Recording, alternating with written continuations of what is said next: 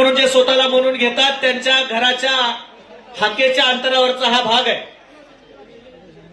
नांदेडचा स्वर्ग करू, नांदेडमध्ये अमुक करू तमुक करू अशा वेगवेगळ्या थापा मारणारे अशोकराव चव्हाण यांना घराच्या आजूबाजूची वस्ती सुधारवता आली नाही आणि तुम्ही नांदेड सुधारवण्याच्या गप्पा मारताय.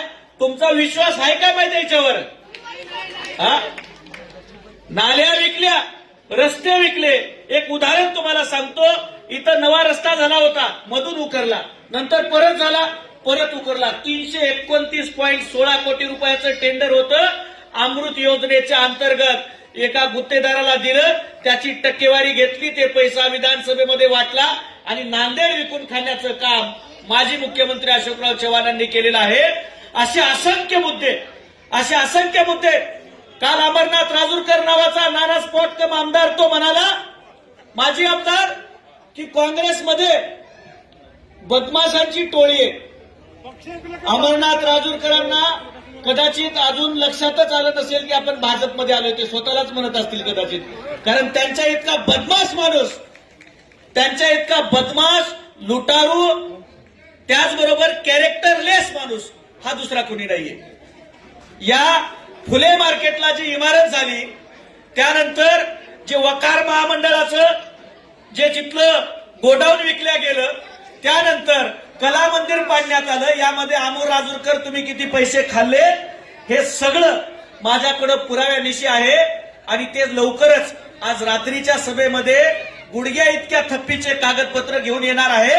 या नांदेडला तुम्ही किती बदमाश आहेत हे पुराव्यानिशी अमरनाथ राजूरकर सांगणार आहे. तुमच्या बुडात दम असेल तर जाहीर चर्चेला या.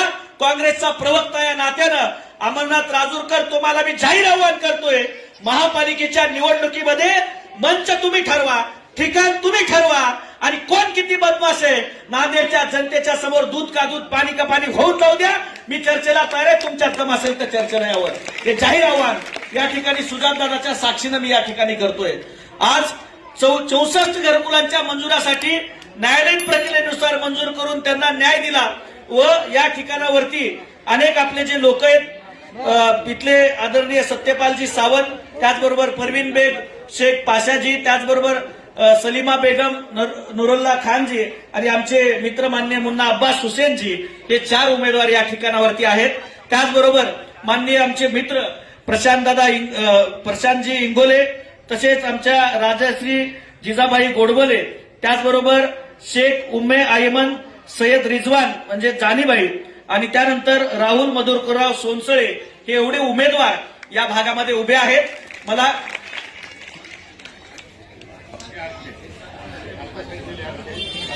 हे 800 आहेत ना, हे 800 आहेत. आणि 8 मधील उमेदवार सत्यपालजी सावंत, काँग्रेसचे आमचे निष्ठावान, त्याचबरोबर परवीन बेगम शेख पाशा, उभं राहून हे करा, त्याचबरोबर सलीमा बेगम, नुरुल्ला खानजी आणि आमचे मुन्ना अब्बासजी. मला इतकंच सांगायचंय दादा, आहेत अगदी 30 सेकंदात संपवतो. तुमच्या घरावरती पैशाचा पाऊस पडणार आहे.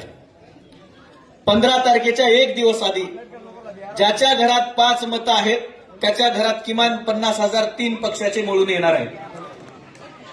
एक कमळ, दुसरं घड्याळ आणि ते जे म्हणजे हे जे सगळे चोर आहेत, चोर मावस भाऊन आपण नांदेड लुटून खाऊ, हे त्या तिघांचं चाललेलं आहे. त्यामुळं तिघांचा आलेला पैसा घ्यायचा म्हणून एक नारा मी इथं खासदार साहेबांनी सुजातदादांच्या समोर देतो, भाजप की नोट और वंचित काँग्रेस को वोट. त्यामुळे आपल्याला फिक्स ठरवायचंय, पैसा त्यांचा नाहीये, आपला पैसा आहे, तो फक्त वापस येतोय घरी, एवढंच समजून घ्यायचंय. आणि बाबासाहेबांना आपल्याला अधिकार दिलाय, इथं बटन दाबलं की नीट तुमच्या घराच्या बाजूला करंट लागणार इथं शिवाजीनगरला. त्यामुळे इथं बटन दाबलं की करंट बंगल्यावर लागत असते. त्यामुळे तो अधिकार आपण वापरावा आणि संविधान वाचवण्यासाठी काँग्रेस आणि वंचित बहुजन आघाडीच्या सर्व उमेदवारांना बहुमतानं विजयी करावं ही विनंती करतो. जय जिजाऊ, जय शिवराय, जय भीम.